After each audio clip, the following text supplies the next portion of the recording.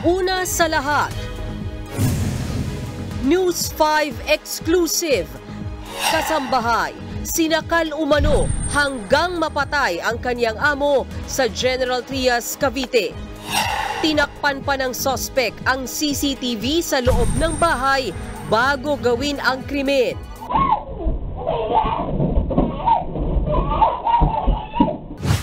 Pero itinanggi ng kasambahay na siya ang pumatay at itinurong mastermind ang matalik na kaibigan ng kanyang amo. Ang buong detalye kaugnay ng krimeng yan, abangan maya-maya lang. Magandang gabi, Pilipinas! Sa Frontline tonight.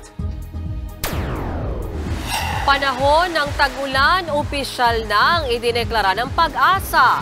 Hanggang 16 na bagyo, posibleng pumasok sa bansa ngayong taon. Motoristang namaril sa nakagitgitang sasakyan sa EDSA Ayala Tunnel, nakakulong na.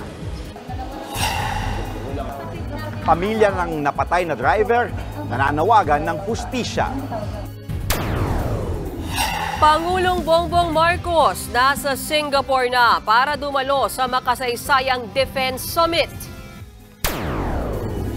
Modus ng mga UV Express kung saan tinatapalan ng sticker ang van para makabiyahe sa ibang ruta, bistado. Senior citizen na caregiver, nadukutan ng bag sa mall. Credit card ng biktima, naipambili agad ng kawatan ng aabot sa 200,000 pesos. At sa showbiz tonight, deleted IG story ng direktor ng FAMAS na si Vince Tañada, usap-usapan.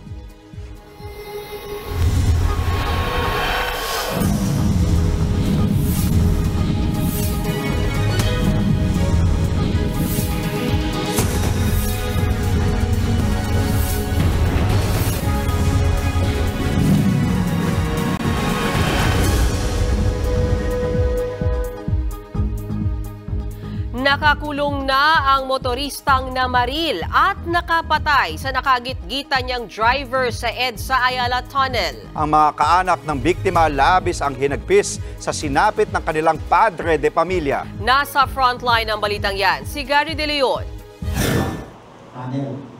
Sa kuha ng CCTV sa southbound lane ng EDSA Ayala sa entrada ng tunnel sa Makati City kahapon, makikita ang sasakyang puti na dumaan sa ilalim, habang sa ibabaw naman dumaan ang itim na kotse. Bago naghiwalay ang dalawang sasakyan, pinagbabaril na pala ang driver ng puting multipurpose vehicle o MPV. Hindi na nakaabante papasok ng tunnel ang sasakyan. Dead on the spot ang senior citizen na driver nitong si Aniceto Mateo Jr., 65 taong gulang. Tinamaan siya ng bala sa leeg. Nakaligtas naman ang sakay niyang kasambahay at 7 taong gulang na bata. Tumalsik pa sa bag ng bata ang dugo ng binaril na driver. Naplakahan naman ng mga pulis ang kotse ng gunman. Natuntun siya at naaresto sa kanyang bahay sa Pasig. Iniharap kanina sa media ang suspect, pero hindi muna siya pinangalanan. Matipid ang mga otoridad sa pagbibigay ng impormasyon. When we background him on his whereabouts as well as yung kanyang pagkatao, businesses, he's a businessman. Yun lang muna ang masasabi natin. No criminal records. Nakuha naman sa gunman ang mamahaling kotseng minamaneo niya nang mangyari ang pamamaril. Pati na rin ang ginamit na baril na nakapangalan sa suspect. Nag-match din ang mga na-recover na basyo ng bala sa crime scene sa naturang baril. Sumailalim din ang suspect sa paraffin test at nagpositibo sa gunpowder nitrate. Positibo rin siyang kinilala ng kasambahay na testigo sa krimen. Simpleng gitgitan sa daan, punot dulo ng krimen. She's telling that merong gitgitan sa kalsada. So that shows yung motive. Mabilisan lang yun. Nandun lang yun. They started the road rage according to yung yaya is upon exit dun sa going to EDSA Kalayaan coming from BGC going to the tunnel of EDSA southbound. Ang pamilya naman ng biktimang si Aniceto lumuwas pa mula Tarlac para maiuwi ang bangkay ng kanilang padre de pamilya. Paano niyo po ilalarawan ang inyong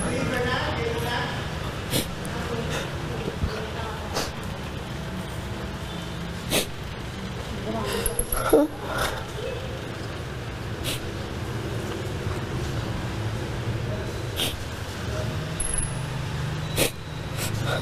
mo masabi mo? Bakit niya po nagawa sa tatay po namin yun? Walang kalaban-laban ginawa niya yung ganun.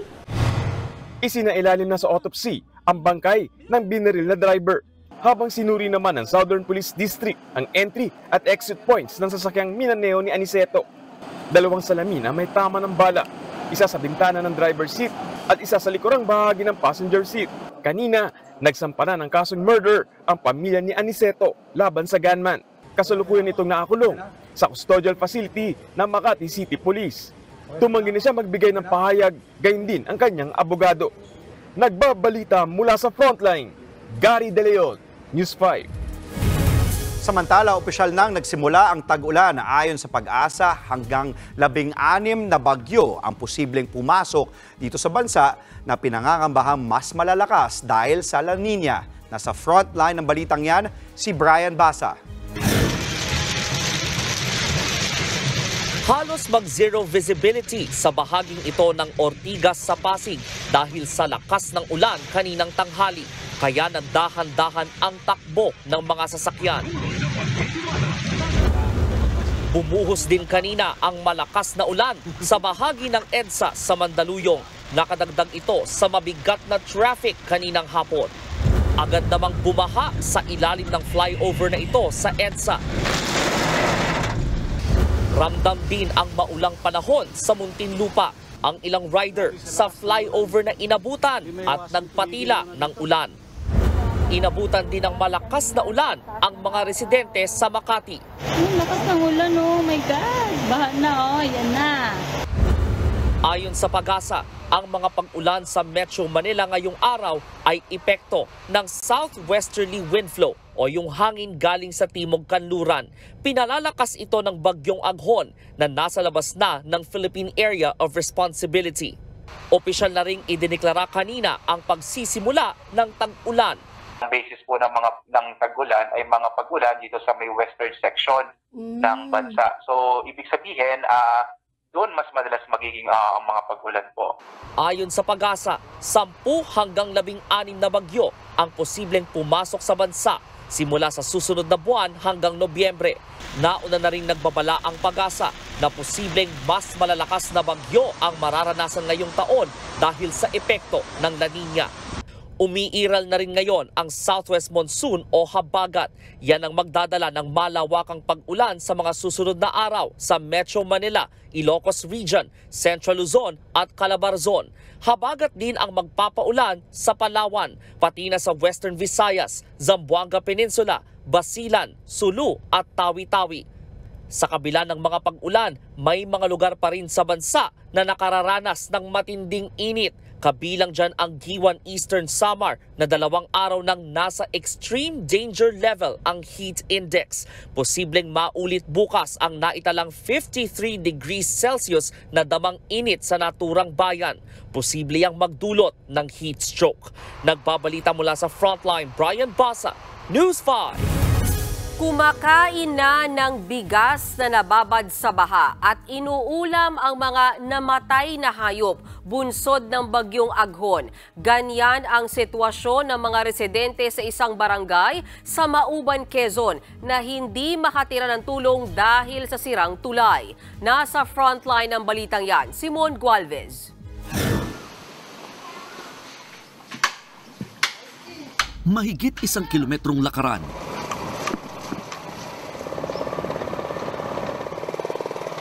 At pagsakay sa habal-habal, matawid lang ang makikitid na daan at tulay na bakal na yan. Ito ang ginawa ng aming team para eksklusibong mapuntahan ang Barangay Makasin sa Mauban, Quezon. 2 araw na isolate o hindi mapasok ang lugar mula nang manalasang bagyong Aghon sa probinsya. Umapo kasi ang Makasin River nung kasagsagan ng bagyo. Dahilan kaya nagkasira-sira ang bahagi ng tulay na nagdurugtong sa kanila papunta sa kabilang barangay. Umabot hanggang bewang o lampas sa mismong hawakan nitong tulay yung tubig na umapaw mula rito sa ilog. Ibig sabihin, nalubog itong buong tulay na nagsisilbing tanging daan pa naman ng mga residente ng Barangay Makasin papunta o palabas ng downtown. Ang masaklap, kaayos pa lamang daw nito 2 linggo bago manalasa ang bagyong Aghon. Ano yung ilog, umaapo ba yan madalas? Hindi po, ganyan lang po siya. Kwento ng mga residente, ito ang unang beses na umapo ang ilog. Diyan lang po kami nadaan, yan lang po ang paglabas. Pangunahin namin produkto, kopra, niyog, saging, diyan lang po dadaan. Kaya po, pag pwede po napaayos yan, wala po kaming madadaan. Paano po ang pamumuhay namin, wala po kaming mga dadaan ng maayos. Para magamit pa rin ang tulay, naglagay at nagtali muna ng mga kawayan sa mga nasirang bahagi. Ligtas pa rin po kaya daanan yan? Di ko rin po masasabi kung ligtas dahil po dadaan po dyan ang motor, pati po yung mga kalakal. Pagdating sa mismong barangay, maraming mga nakatumbang bahay, mga kulungan ng hayop na inanod ng baha at nabuwal ng mga punot na sirang pananim. Ang multipurpose hall ng barangay na evacuation center ngayon, balot ng makapal na putik. Ngayon lang sa amin ito nangyari. Siyempre po yung mga pinag-ipon din na ay nawala. Nagkaroon po ng ganito. Biglaan pong nangyari sa amin. Wala pa rin kuryente at maayos sa supply ng tubig. Pinagtsatsagaan nga ng mga residente rito, pati mga bigas na nalubog sa baha. Ito po'y basa. Talagang na po. Parang kanin na. Ito ang tinitiis ngayon ng nasa 100 pamilya o mahigit 500 individual ng barangay. Kanya-kanya na lang po kaming tulungan sa sarili. Kanya-kanya na lang po. Kung mayroong bigas na minatuyo, kanya-kanya po lugaw, may mga patay na manok. Kinakatlay na po namin, makakain lang po ang mga kabataan. Ang bawat isa sa amin. Pati mga susuotin sana sa graduation ng mga bata ngayong Biyernes, inanod din ng baha. Ang graduation po para sa magulang special po dahil kita mo pong nagsisikap ang iyong mga anak. Kahit po hirap, binibili ko po talaga sila tuwing graduation ng damit na bago. Ang problema po inanod. Kabilang ang Barangay Makasin sa 10 barangay ng Mauban na hindi pa nahahatiran ng relief packs dahil sa mahirap na sitwasyon. Kaya kahapon, pinilit daw makapunta ng ilang residente sa downtown para sa pamamahagi ng cash assistance. Yun nga lang, hindi lahat nakatanggap. Yung ID nila, halos po lahat na anod. Kaya na pong magagawa na yung pong protocol. Pag wala ka pong ID, no as cash assistant. Naghati-hati na lang daw ang ilang residente sa ayudang natanggap ng iba. Ayon sa LGU, nakatakda ng madalhan ng relief goods ang lahat ng mga apektadong barangay. Nauna na ring nangako ang Quezon Provincial Government na ipapaayos ang nasirang tulay. Nagbabalita mula sa Frontline, Mon Gualvez, News 5. Pinabulaanan ng Department of Health ang balitang wala umano silang budget pambili ng COVID-19 vaccines kontra sa bagong variant na Flirt. Nag-ugat ito sa isang news article na nagsabing zero budget na ang DOH. Umabot ito sa Kamara at sinabon kanina sa pagdinig ang ilang opisyal ng ahensya. Ayon sa DOH, hindi totoong wala silang pondo. Mayroon daw silang budget na inilaan para sa bakuna. Git naman ng ilang mambabatas, kahit wala sa 2024 General Appropriations Act ang pondo sa bakuna, meron pa rin mga pwedeng paghugutan ng pondo, gaya na lang ng Quick Response Fund. We have so many funds at DOH, even from the CONAP in 2023 and the current. If there's a need to provide something for the emerging COVID variant, we can always make some modifications within our budget. Samantala, bahagyang tumaas sa higit 200 ang average daily cases ng COVID-19 noong May 14 hanggang 20 mula sa 125 cases ng nakaraang linggo. Pero marami naman daw sa mga nagpositibo ay mild cases lang. Kaya marami pa rin umanong bakanteng COVID beds sa mga ospital.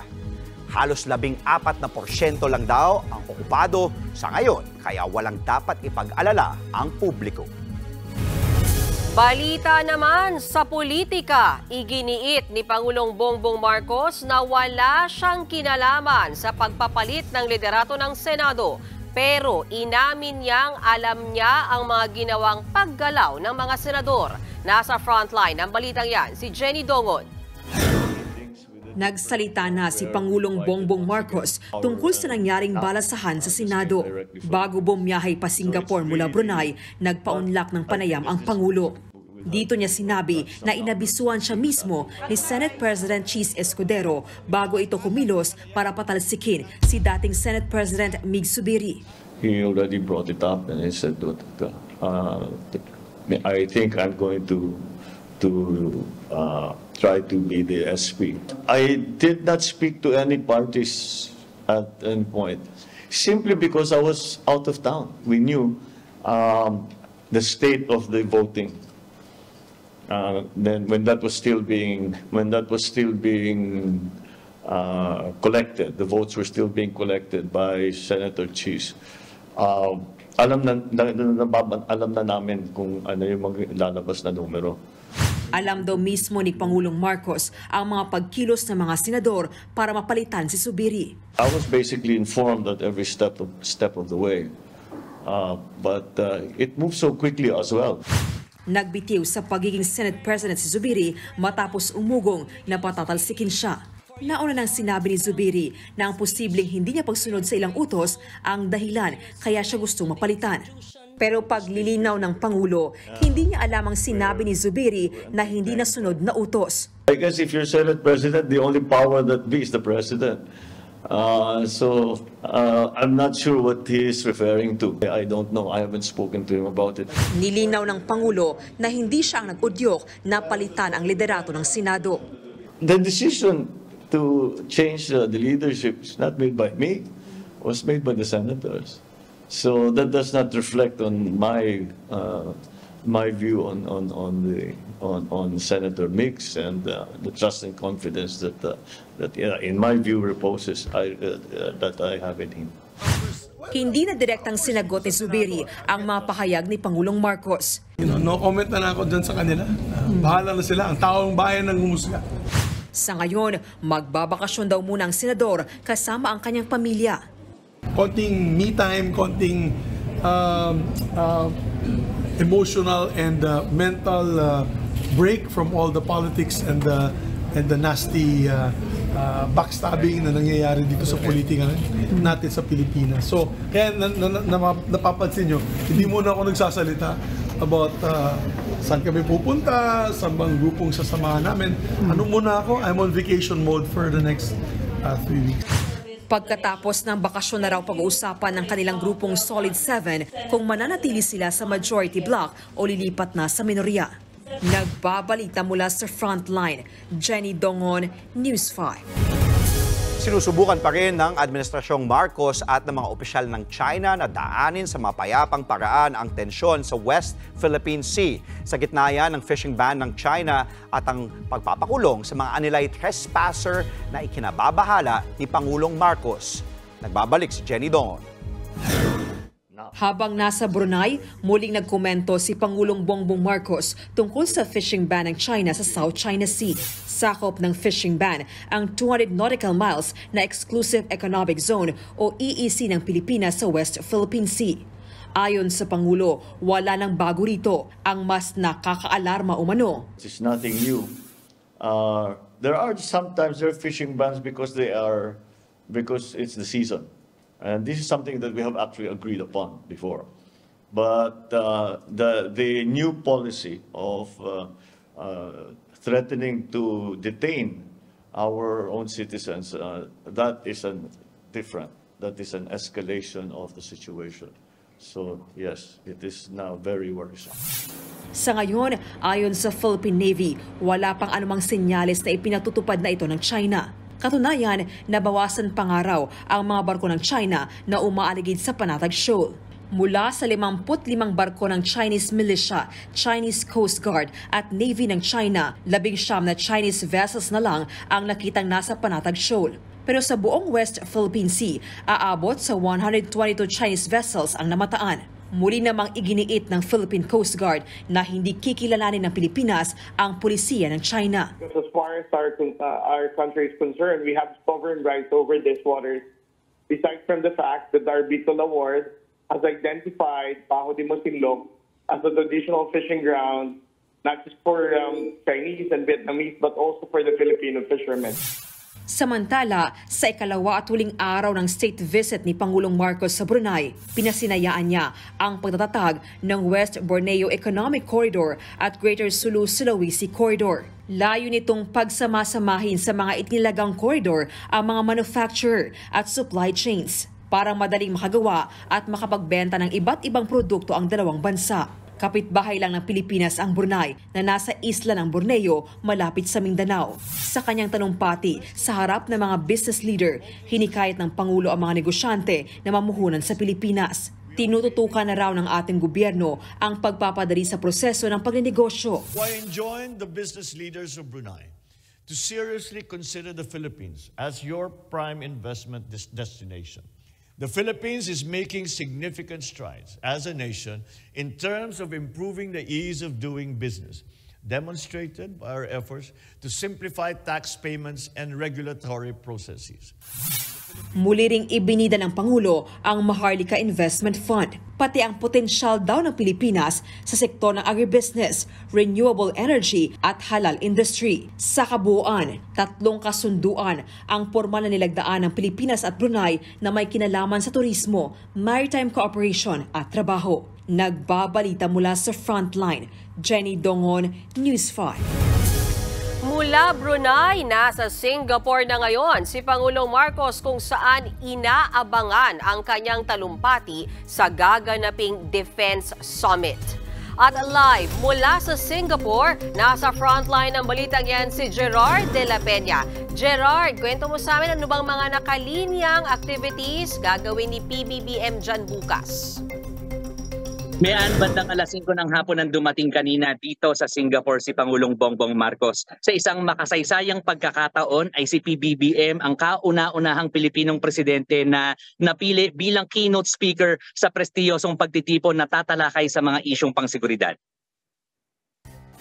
Matapos ang kanyang state visit sa Brunei, sa Singapore naman dumiretso ngayong gabi si Pangulong Bongbong Marcos at ang kanyang delegasyon. Inimbitahan ni dating Singapore Prime Minister Lee Hsien Loong si Pangulong Marcos na magsalita sa IISS Shangri-La Dialogue o ang Asia Security Summit. Pagpupulong ito ng mga defense ministers, business leaders at security experts mula sa iba't ibang panig ng mundo. Ito ang kauna-unahang pagkakataon na magsasalita ang Pangulo ng Pilipinas sa naturang pagtitipon. Noong nakaraang taon, si Philippine Coast Guard Commodore J. Tariela ang nagsalita sa taunang meeting. Darating din dito si Defense Secretary Guy Bochedoro, Philippine Coast Guard Admiral Ronnie Hill Gavan, at si National Security Advisor Eduardo Año. But every year there is only one head of state that delivers the keynote address during the opening dinner. Now the keynote address sets the tone for the 3-day gathering. Sa Biyernes ng gabi ang opening ceremonies ng Defense Summit. Bago ito, magkakaroon muna ng bilateral meeting si PBBM kasama ang bagong Prime Minister ng Singapore na si Lawrence Wong. Ayon sa ating embahada, wala silang inaasahang malaking pagbabago sa mga pulisiya ng Singapore at sa relasyon nila sa Pilipinas. Essentially, the way I see it, it's business as usual. We think that Singapore will continue its foreign policies and its other policies. Sa kabila ng tumataas na kaso ng COVID-19 sa Singapore, wala raw abiso kay PBBM para magkaroon ng espesyal na paghahanda. Wala rin daw dapat ipag-alala ang mga Pilipino na nagnanais bumisita rito. There have been no reported increase in hospitalization cases. So there have been no increases in deaths or whatever yung mga the way we experience COVID. So even if there is an increase, they are not, hindi pa considered alarming yung ano. It's not yet a cause for reissuance of new guidelines or new COVID protocols. Ganyan din ang sentimiento ng mga Pilipinong nakatira rito. Wala na, hindi na nila pinapansin yung COVID dito. Ako ay sales lady, so iniingatan ko ang sarili ko. Oo, may COVID pa rin ka, hindi naman yun maaalis na't nasa hangin na yun, anak. Ang alagaan na lang natin, ang kalusugan natin, immune system natin, i-boost natin. Para makasiguro at magkaroon ng peace of mind ng mga turista, magsuot na lang ng face mask. Ngayon sa Biyernes pa yung speaking engagements ni PBBM dito sa Singapore, pero bukas ay may mga naka-line up naman siya ng mga private meetings. Mayan. Alright, maraming salamat sa iyo, Gerard de la Peña, live mula sa Singapore. Mga kapatid, Ed Lingao po, nasa Estados Unidos, Canada o saan mang dako ka ng mundo, manatiling may alam at may pakialam sa mga mainit na balita dito sa ating bansa. Simulan natin ang bawat araw sa tuloy-tuloy na balitaan sa Frontline. Mag-follow at mag-subscribe sa social media pages ng News 5.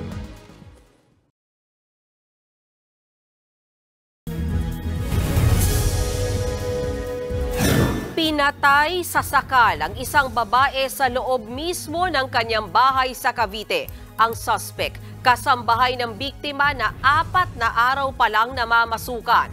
Nasa frontline ng balita yan si Dave Abuel, exclusive. Kuha ang CCTV na ito sa loob ng bahay ni Ruby Castro sa General Trias, Cavite. Makikita siya at ang kasambahay na si Vanessa Hilado. Bandang 8:18 PM noong linggo, sa pulsa video si Hiladong may hawak na puting tela. Ipinantakip niya yan sa CCTV. Lumipas ang ilang minuto hanggang sa napansin ito ni Castro. Sinita niya pa nga si Hilado. Bakit ito tinakpan Ito ay CCTV. Hindi ko lang alam ang kaloka talaga. Tinanggal ni Castro ang tela hanggang nag-ayos sila ng mga lalamang damit. Pero bandang 8:37 PM, heto na naman si Hilado. Tinakpan niya ulit ng tela ang CCTV. Hindi na nakita ang mga sumunod na nangyari, pero rinig ang sigaw.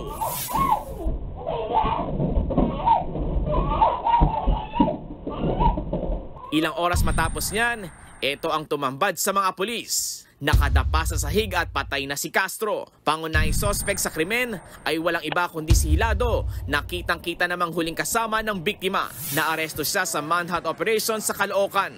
Napagalamang 4 na araw pa lang pala siyang namamasukang kasambahay kay Castro.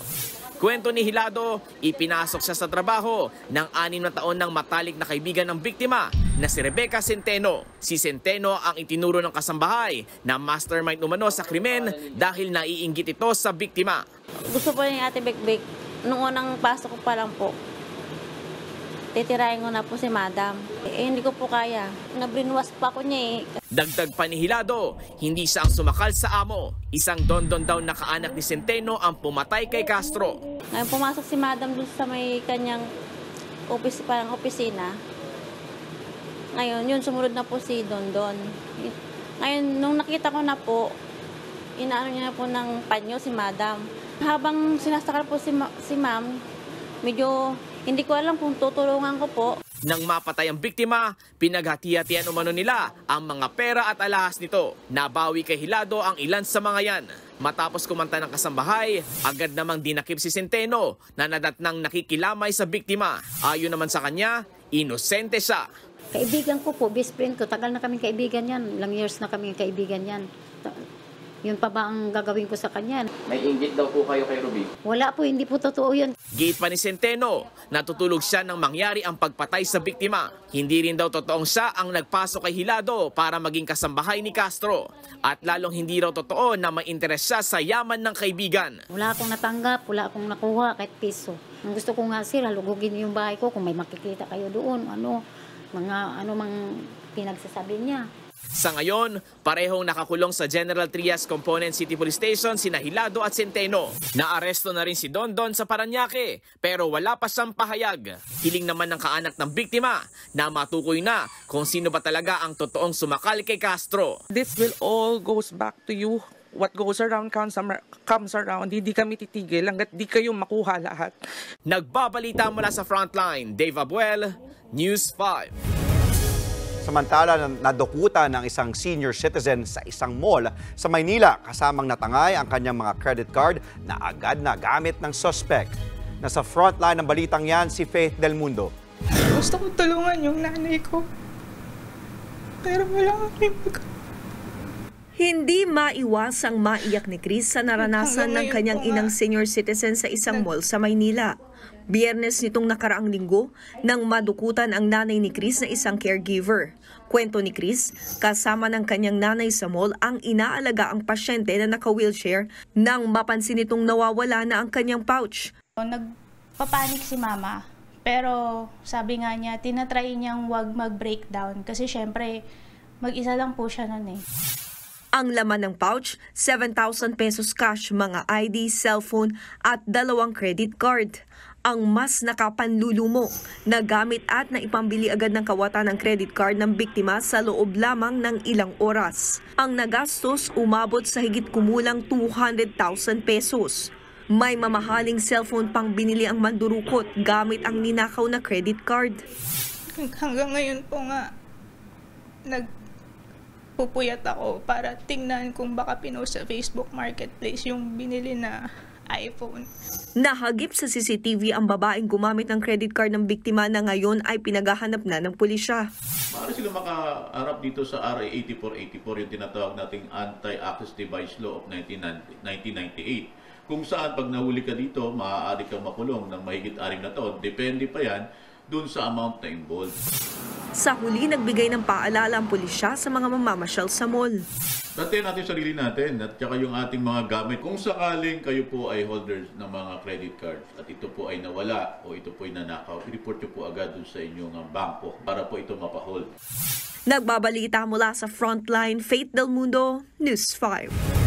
Sinalakay ng NBI ang isang illegal umanong recruitment agency sa Parañaque.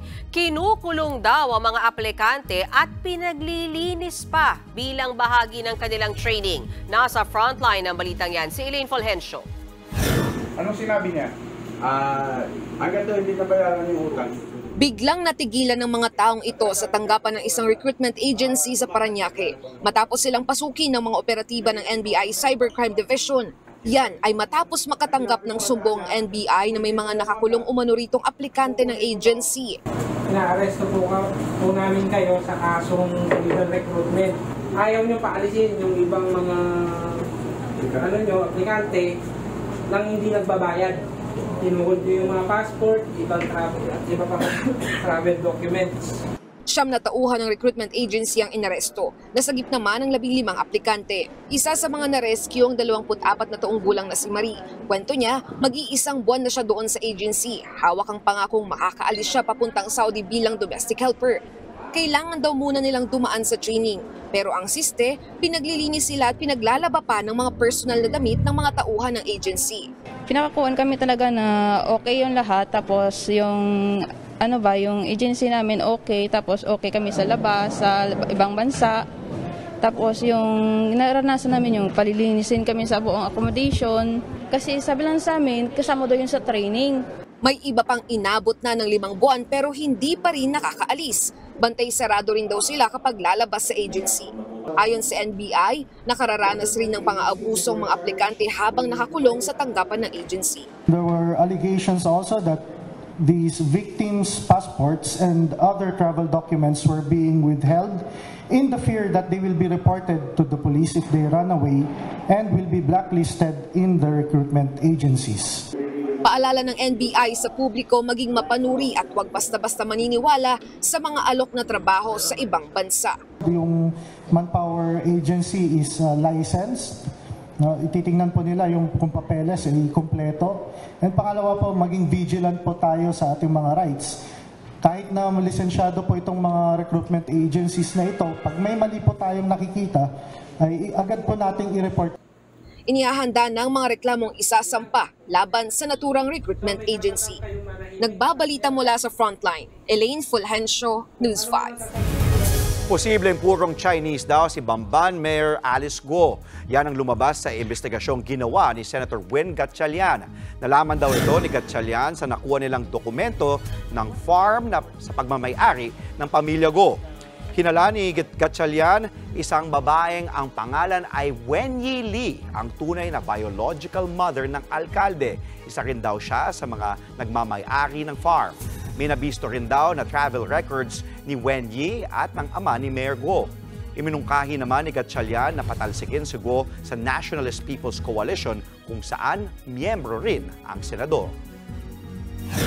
Based on my investigation and asking around, tsaka yung mga dokumento, personal analysis ko, baka ito yung biological mother niya. She's Chinese citizen.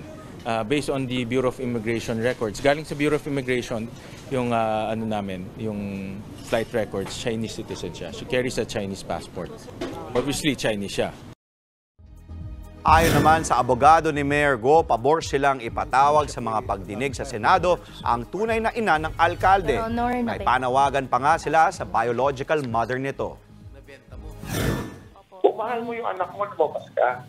Kasi hindi na ganyan yung anak mo, ikaw na makakapagsabi na anak mo yan. Tsaka kung wala na siya, naniniwala naman ako sa siyensya na pwede namang ma-DNA.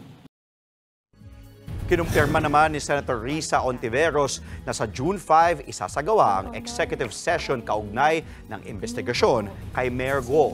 Imbitado raw dito ang mga executive at intelligence agency. Mga kapatid, Mean Los Baños po, nasa Europa o saan mang dako ka ng mundo, manatiling may alam at may pakialam sa mga maiinit na balita dito sa ating bansa. Simulan natin ang bawat araw sa tuloy-tuloy na balitaan sa Frontline. Mag-follow at mag-subscribe sa social media pages ng News 5.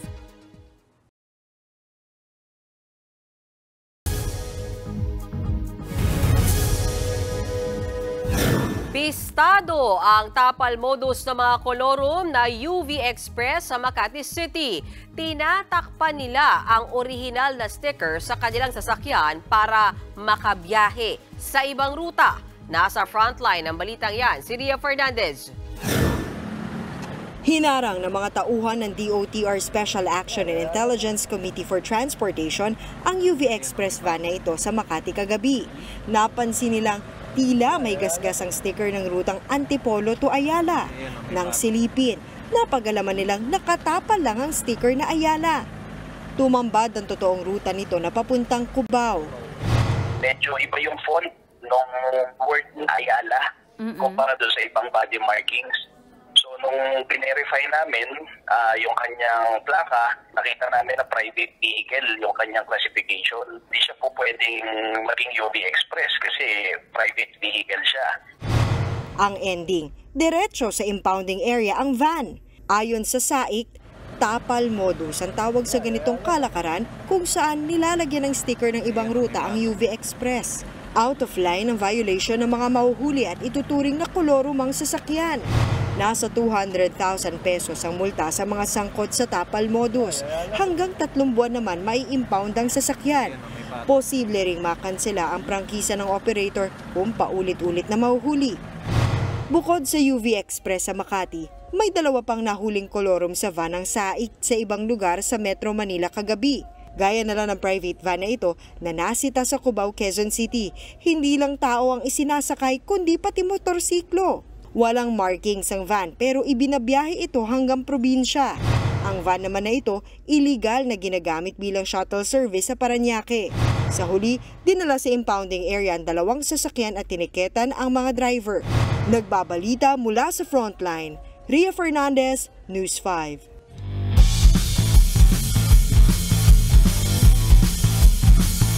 Hindi nagpasweep ang Minnesota Timberwolves sa Game 4 kontra Dallas Mavericks. Dikit ang laban pero nakabawi ang T-Wolves sa 4th quarter. Yan ay matapos magpakawala ng 3 si Karl Anthony Towns. Sa huli, pinangunahan ni Anthony Edwards sa Wolves matapos siyang makapagtala ng 29 points. Nagtapos ang laban sa score na 105-100. Sa Biyernes gaganapin ang Game 5, balik sa home court ng Minnesota at doon magkakaalaman kung kakapit pa sa serye ang tropa ni Ant-Man o aabante na ang Dallas sa finals.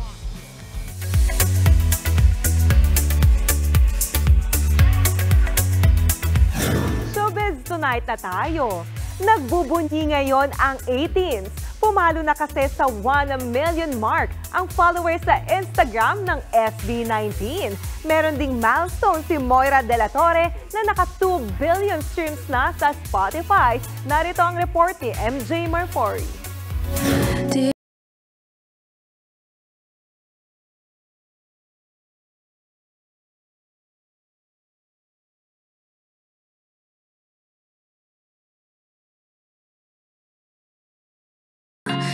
Laging may hugot!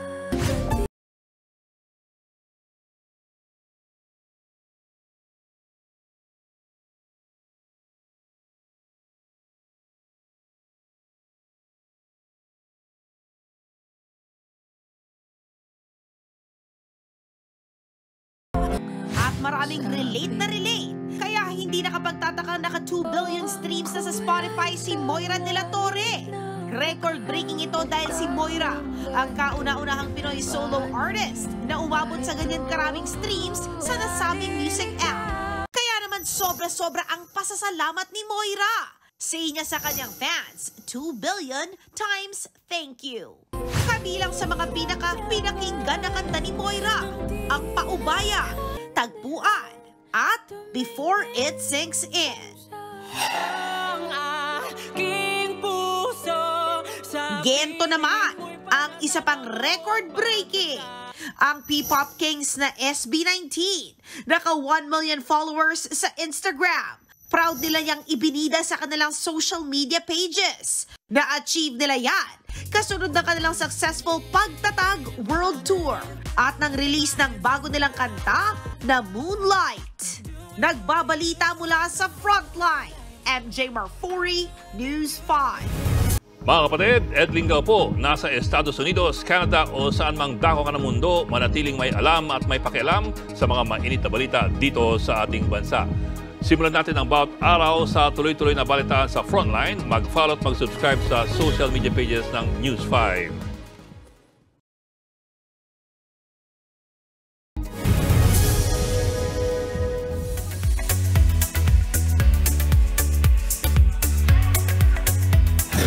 Hot topic ngayon ang deleted Instagram story ng famous director na si Vince Tañada. Sa nasabing story, pinost ng lawyer-actor ang linyang haters gonna hate kahit anong gawin mo. Say pa niya, mag-move on na lang and live your life to the fullest, quote-unquote.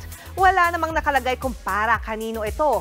Binura niya rin ito agad pero na-screenshot ito ng netizens. Pinost ito ni Direk Vince itong Lunes kasunod ng 2024 Famous Awards last Sunday. Kaya hinala ng ilan tungkol ito sa kontrobersyal na di pagpapaakyat sa stage sa batikang aktres na si Eva Darren para sana mag-present ng award. Kahapon lang nang tanggapin ng pamilya ni Eva ang public apology ng Famous. Ito naman ang unang pasilip sa much-awaited sequel ng Disney film na Moana. May mga bago rin makakasama ang mga bida sa kanilang ocean adventure. This is a call from the ancestors to sail to new skies and reconnect. Sa trailer, muling magsasama sina Moana at ang demigod na si Maui. Para yan sa pinakabago nilang adventure sa mas malalim na bahagi ng Oceania. Kasama pa rin ang iconic na chicken na si Hei Hei. At this time, makakasama rin nila sa adventure ang piglet na si Pua. Sa November 27 na mapapanood ang Moana 2. At yan ang latest and hottest sa showbiz tonight. Ako si Jania Lipon. Happy Wednesday mga kapatid.